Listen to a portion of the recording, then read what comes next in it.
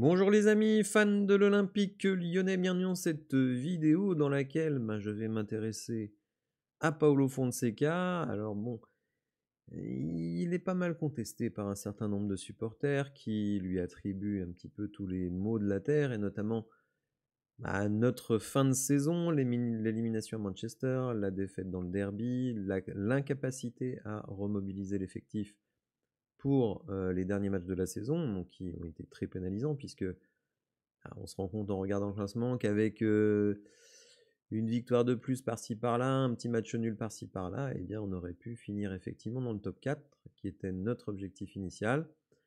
Au final, on finit à 4 points de ce top 4, pas si loin du podium au final, mais l'objectif n'est pas rempli. Donc effectivement, un certain nombre de personnes ne sont pas contentes. Donc je vais essayer de la manière la plus objective possible d'étudier ceux qui militent pour, ceux qui militent contre le maintien de Paulo Fonseca.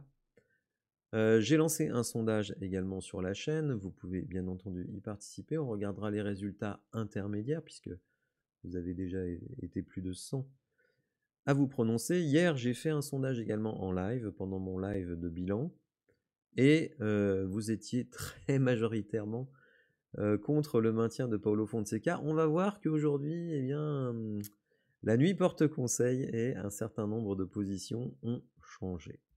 Alors bien sûr, ça vaut ce que ça vaut. C'est mon analyse, c'est mon point de vue.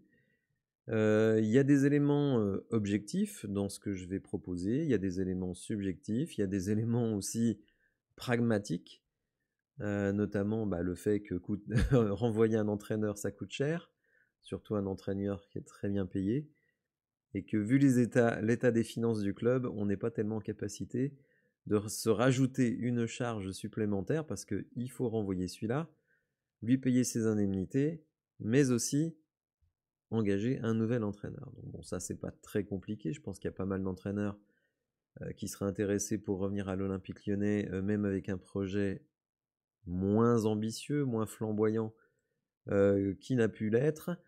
On sait que Pierre Sage, à mon avis, si on lui propose de reprendre Noël dès le 1er juillet, je pense qu'il sera d'accord. Bon, malgré tout, il y a une réalité. La réalité, c'est qu'on a quand même eu un petit coup de pouce du destin. Donc au final, on finit 6e du championnat. On a une bonne chance d'aller en Europa League si le Paris Saint-Germain s'impose face à Reims. Il y a encore évidemment à passer sous les fourches codines de la DNCG. De la DNCG européenne, vous savez, qui nous surveille de très près. Bon, donc tout ça, évidemment, ça fait des freins, ça fait des problèmes. Mais voilà, l'Europa League, finalement, c'est un moindre mal. On voit quand même, on l'a vu dans les comptes, que la présence en Europa League, ça ramène quand même des sous dans les caisses. Ça permet d'être un peu moins à l'arrache que si on avait fait la Conference League ou pas de Coupe d'Europe du tout. Ça permettra peut-être de garder un ou deux joueurs dont on aurait dû se séparer, puisque l'Europa League, il faut compter environ 30 millions au moins. Si on rajoute en plus les entrées stades, on peut amener à 35 millions. Donc ça permettra aussi peut-être de garder une équipe plus compétitive que si on n'avait pas fait cette compétition.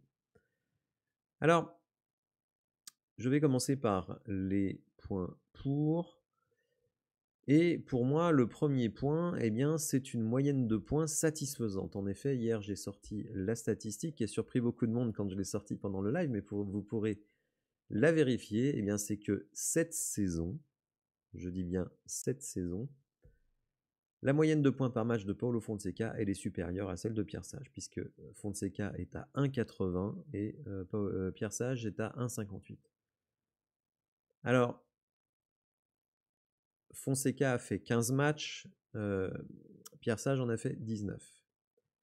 Donc je pense que c'est quand même assez comparable. Les deux ont eu à peu près la même équipe, et je serais même tenté de dire que Paulo Fonseca a une équipe, alors certes avec Thiago Almada en plus, mais aussi avec beaucoup moins de profondeur. Un milieu de terrain quand même un petit peu en carton. Donc certains vont dire oui, mais Pierre Sage, il a dû gérer l'équipe pendant les périodes de mercato, ce qui a été plus compliqué. Oui, mais bon, Pierre Sage, il a pu organiser la préparation physique, il a pu mettre l'équipe qu'il voulait en place, il avait un choix de joueurs qui était beaucoup plus important. Alors certains diront aussi que c'était un inconvénient parce qu'il fallait gérer les égos, patati patata. Oui, mais enfin bon, les joueurs ils sont payés, ils doivent faire ce pourquoi ils sont payés.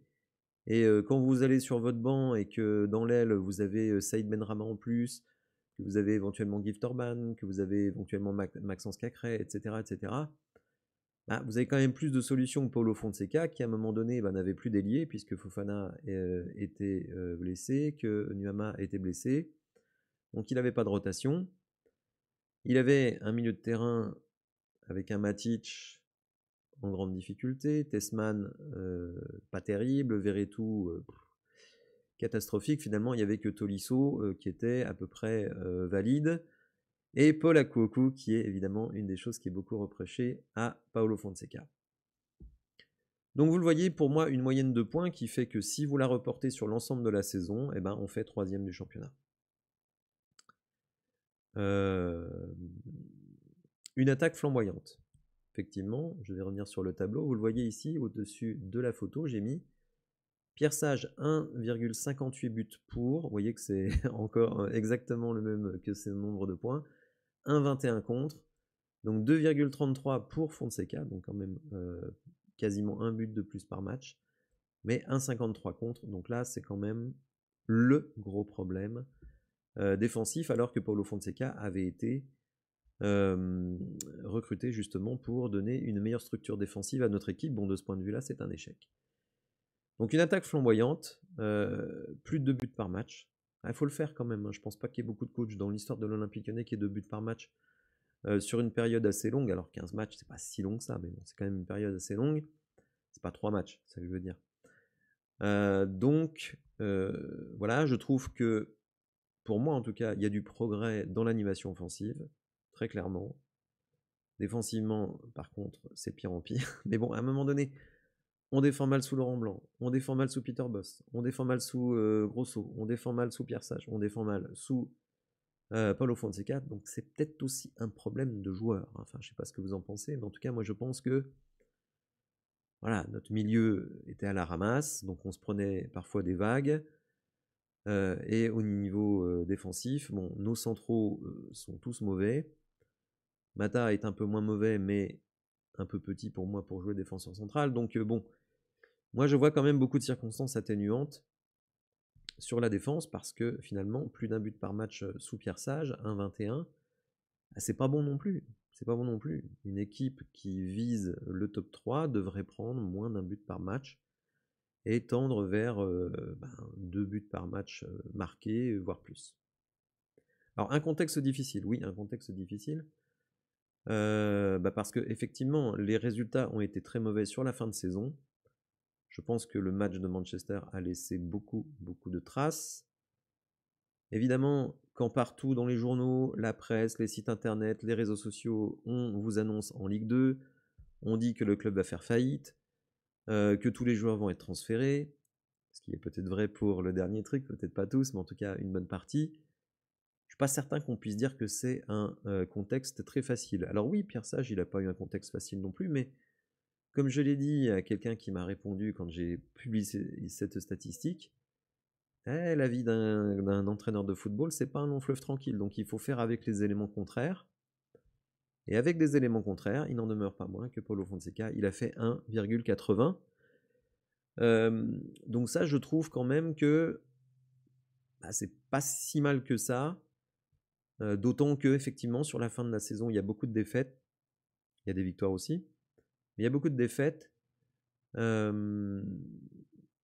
on ne peut pas, je pense, ignorer que le contexte global, l'insécurité, attention, pas une insécurité physique, même si malheureusement pour lui, Alexandre Lacazette a été victime d'un cambriolage. Le jour du match, on fêtait son départ et ses plus de 200 buts. Mais plutôt l'insécurité au niveau des positions des personnes. Bon, on a changé plusieurs fois de directeur sportif, on a changé de président. Actuellement, on ne sait pas qui est président. Est-ce que c'est Gerlinger? Mais bon, c'est pas vraiment sa fonction initiale. Donc tout ça, ça crée quand même un climat d'insécurité qui est très très négatif. Beaucoup de joueurs finalement doivent trouver des portes de sortie. Mine de rien, pour certains qui souhaitaient s'installer dans la durée, c'est quand même un questionnement. La fin de saison arrive, vous n'avez pas vraiment envie de vous blesser si vous voulez négocier un nouveau contrat, surtout quand vous voyez qu'un Nuama s'est pété, qu'un Mangala s'est pété. Vous dites, voilà, je vais terminer un peu avec le pied sur le frein plutôt que sur l'accélérateur parce que je dois négocier mon futur contrat. Donc évidemment, tout ça, c'est pas des positions faciles. Je ne cherche pas à dédouaner Fonseca, je dis simplement que lui aussi, comme Pierre Sage pendant les périodes de mercato, lui aussi a dû faire avec un contexte difficile, une morosité, notamment quand les articles, notamment de l'équipe, sont sortis pour nous envoyer en Ligue 2. Donc je pense que c'était pas simple pour lui. Alors une suspension pénalisante. Alors attention les amis, sa suspension, elle n'est due qu'à lui-même. Hein. Personne lui a dit va faire un tête-à-tête avec Mio. Il s'est pris une suspension donc jusqu'en décembre, plus exactement jusqu'au 30 novembre, mais après c'est le 1er décembre, donc il ne pourra pas être sur le banc jusqu'en décembre, et donc je pense que son absence du banc est un vrai souci. Alors oui, c'est de sa faute, mais il ne peut pas vraiment exercer son métier correctement.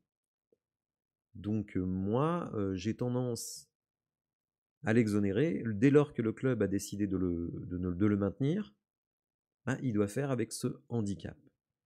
Et malheureusement pour lui, un Maciel, avec son charisme de bulot, il n'arrive à rien obtenir des joueurs, donc ça c'est quand même un problème. Il y a beaucoup de comportements qui auraient été différents sur le terrain si on avait eu Paulo Fonseca sur le côté. Alors une stabilité nécessaire, là je dirais que voilà, c'est plus un problème pragmatique. À un moment donné, on ne peut pas continuer en permanence à changer d'entraîneur. Je crois que c'est Tagliafico qui avait dit depuis que je suis ici, j'ai connu 6 entraîneurs en 3 ans. Enfin, c'est pas possible. On a la chance, je trouve, d'avoir un entraîneur compétent, un entraîneur qui a du charisme, qui, je pense, a de l'autorité, qui aussi, je pense, a de bonnes idées de jeu.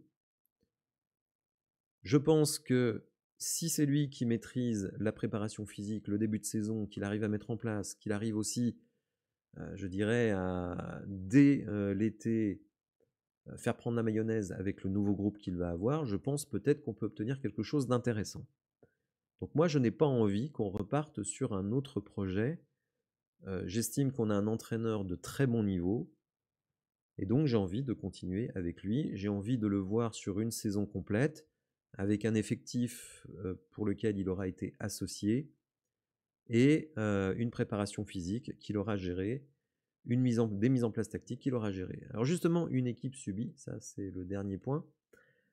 C'est vrai que Paulo Fonseca, il a choisi 0 joueur.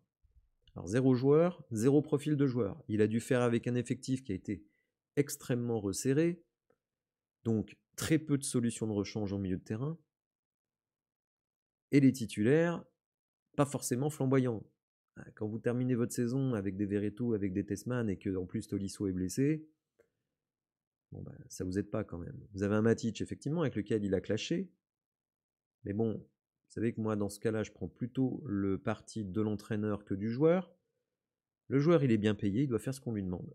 Et s'il n'est pas content, écoutez, il ravale sa fierté et il fait ce pourquoi il est payé, c'est-à-dire jouer au football et ne pas refuser de jouer comme à Saint-Etienne. Donc, une équipe subie. Alors oui, l'année prochaine, il y aura moins de moyens, il y aura moins de finances, mais je pense que ça travaille dur et fort en collaboration avec l'entraîneur pour aller chercher des profils, on va dire, dans nos cordes sur le plan financier et qui correspondent à ce qu'on veut faire sur le terrain. Donc moi j'ai envie de le voir et donc je n'ai pas envie de changer d'entraîneur. Alors évidemment, là, ce descriptif jusqu'à présent est très positif sur Paulo Fonseca, mais bien entendu, il y a des gens qui sont contre.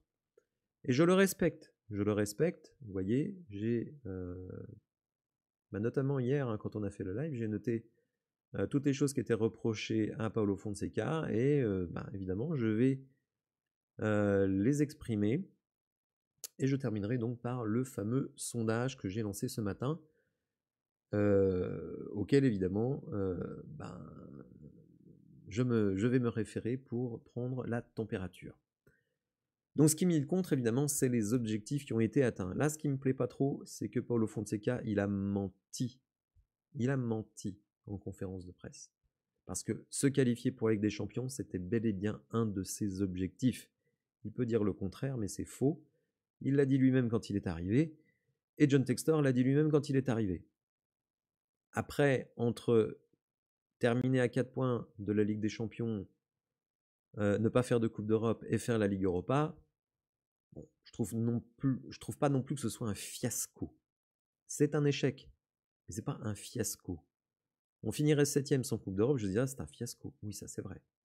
On n'aurait pas vu de progrès dans l'équipe, je dirais c'est un fiasco. On a vu qu'il y a des progrès sur le plan offensif, par contre sur le plan défensif, là c'est sûr qu'il y a du boulot. Donc oui, on peut lui objecter les objectifs non atteints, que ce soit en Ligue Europa, puisque élimination en quart de finale, bon, avec, je dirais, un scénario très particulier. Je sais que certains lui attribuent la défaite en disant il n'a pas fait rentrer Matic, il n'a pas fait rentrer Matic. Alors moi, je ferai remarquer quand même que on perd contre Lens avec sur le terrain Matic, Tolisso, Almada, Fofana, Lacazette, donc toute l'équipe, et on perd quand même. Donc moi, je suis fasciné des gens qui me disent ah, on n'aurait pas perdu contre Manchester United s'il avait fait rentrer Matic en prolongation. Bon, tous ces mecs-là étaient là contre Lens, pourtant on a perdu à domicile face à une équipe qui a priori est quand même moins forte que Manchester. Deuxième chose, je constate aussi que malgré le fait d'être à 10 contre 11, eh ben on menait 4-2 au début de la deuxième prolongation. Donc oui, il y a eu un écroulement, ça évidemment personne ne peut le dire, ne peut le contredire plus exactement. Il y a eu un écroulement.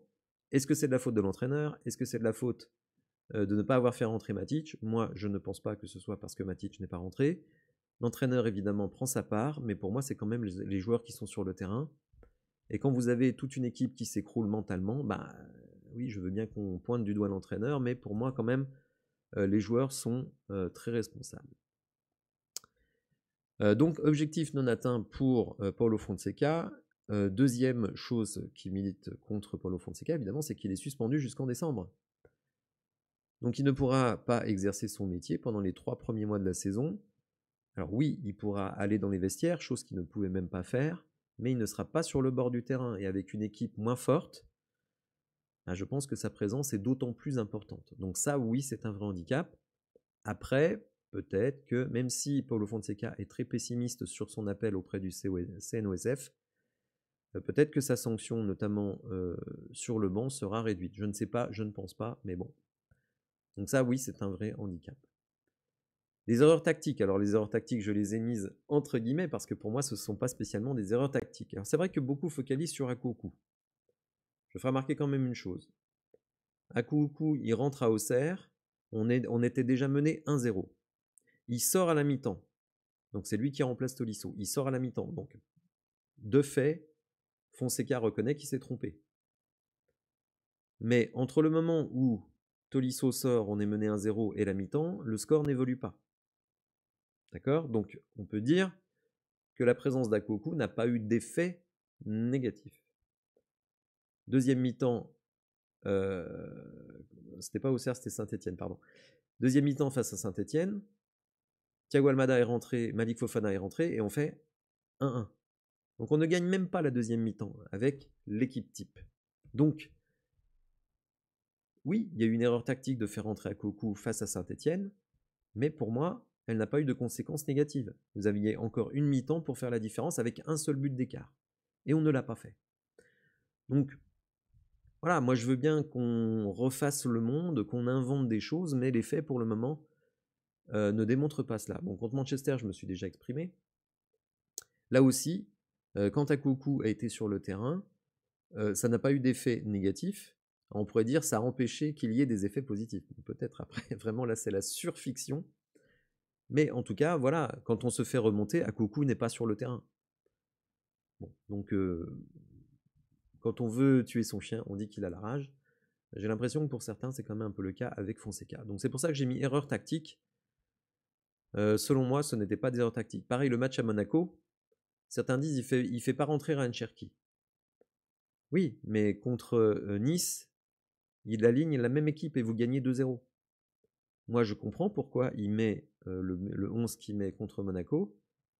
Et d'ailleurs, pendant 1 heure, très sincèrement, on est parfaitement dans le match et c'est même nous qui avons les meilleures occasions. Après, là encore, on lâche l'affaire.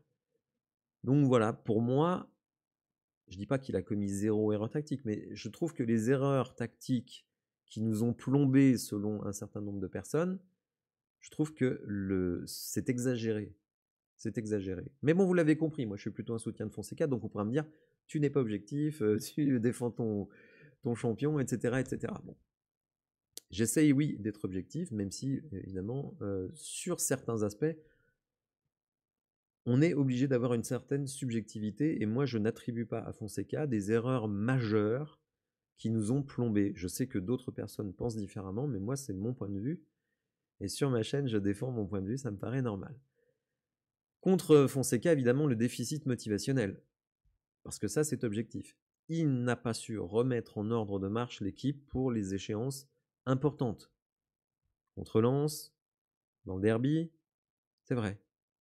Dans le derby, c'était dur. C'était 3 jours après le coup de massue pris à Manchester. Par contre, contre Lens, évidemment, là, 0 excuse. Et là, il a échoué. C'est une évidence. Même si, contre Lens, rappelez-vous, 75 touches dans la surface adverse, ce qui constitue un record.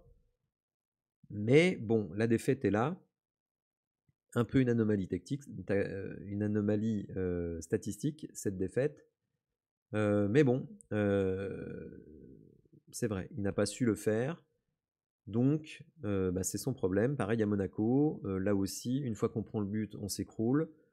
Donc, il y a un déficit mental dans cette équipe, ça c'est une évidence.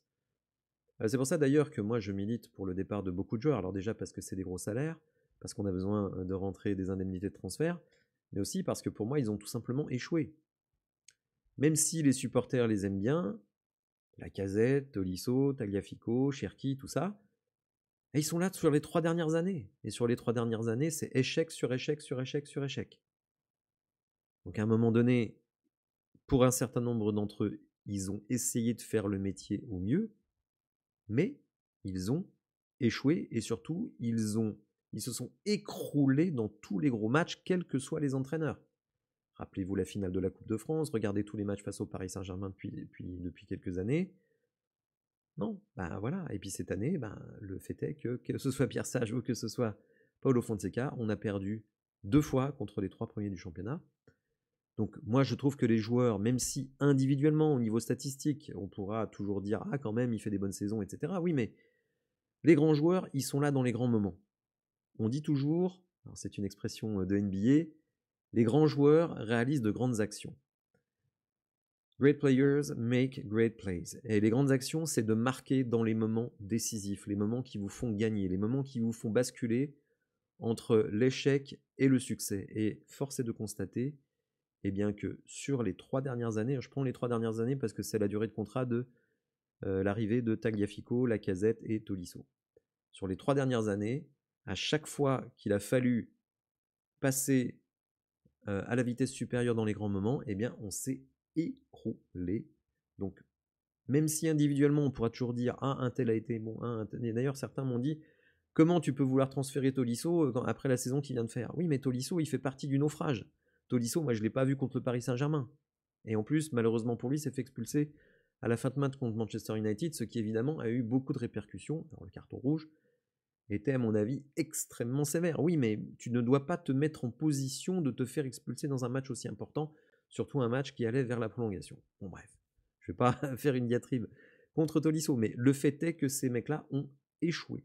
Donc pour moi, ils doivent partir, on doit repartir sur un nouveau projet. Bon, vous me direz, les finances nous obligent à repartir sur un gros projet. Alors, dernier point qui milite contre, alors dernier point parmi ceux que j'ai retenus, il y en a peut-être encore d'autres auxquels je n'ai pas pensé, mais c'est qu'il perd les gros matchs. Alors ça, c'était déjà quelque chose qui lui était reproché à Lille. D'ailleurs, Lille avait raté la 3e place l'année dernière parce qu'il avait, je ne sais plus s'il avait perdu ou fait match nul lors du dernier match de la saison, et il s'était fait doubler in extremis. Donc évidemment, ça c'est une image qui colle à Paulo Fonseca. D'une certaine manière, cette image est renforcée par ce qui s'est passé cette saison. Défaite à Manchester, défaite dans le derby, défaite à Lens dans un match absolument crucial, défaite contre le Paris Saint-Germain, contre Monaco, contre Marseille. Bon. Mais pour moi, je dirais que c'est pas vraiment un problème pour la saison prochaine, parce que comme je nous vois avec une équipe relativement au rabais, je ne pense pas qu'il y aura énormément de gros matchs.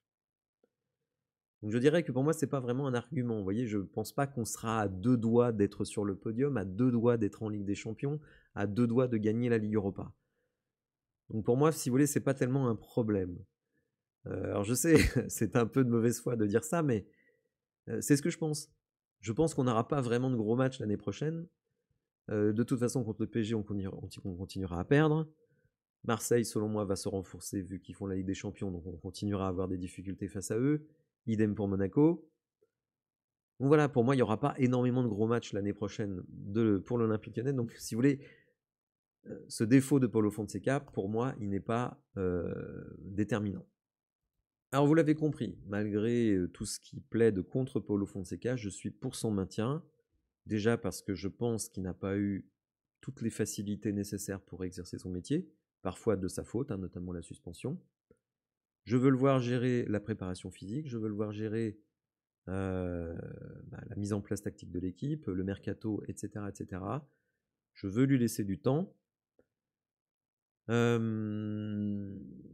Et puis financièrement, de toute façon, ce serait une très mauvaise chose. Alors sauf si lui démissionne, évidemment, c'est pas pareil. Là. S'il démissionne parce qu'il estime que le projet est devenu un projet au rabais, bon bah voilà, on actera son départ. Mais voilà, sauf démission de sa part, moi je suis pour le maintien de Paulo Fonseca aussi parce que sinon ça coûterait cher. Je veux de la stabilité, je crois en ses capacités, j'apprécie l'homme tout simplement, et je trouve qu'il a le charisme et l'autorité nécessaires pour obtenir quelque chose, surtout avec une équipe rajeunie. Alors le sondage, puisque je vous ai interrogé donc ce matin, il y a 164 votes pour le moment, mais vous voyez quand même que majoritairement, à 55%, vous ne souhaitez pas que Paulo Fonseca soit remplacé. Oui à 27% et 18% qui ne se prononcent pas. Donc pour le coup, vous êtes plutôt sur la même ligne que moi. Alors il y a 164 votes, vous pourrez évidemment continuer à voter, notamment ceux qui sont contre pour inverser, qui sont pour son départ, pour inverser la tendance. Donc là, pour le coup, je suis plutôt en phase avec vous. Je pense que voilà, c'est pas le moment de changer. On fait la Ligue Europa, on a besoin d'un entraîneur qui a un certain charisme, qui a une autorité, avec un groupe rajeuni, en espérant qu'il réussisse à créer un collectif qui continuera à être efficace sur le plan offensif, mais par contre qui va s'améliorer sur le plan défensif. Voilà les amis, j'espère que cette vidéo vous aura intéressé, vous aura plu. Si c'est le cas, n'hésitez pas à la liker, à vous abonner à la chaîne. Je vous dis à bientôt pour de nouvelles infos. Merci, au revoir.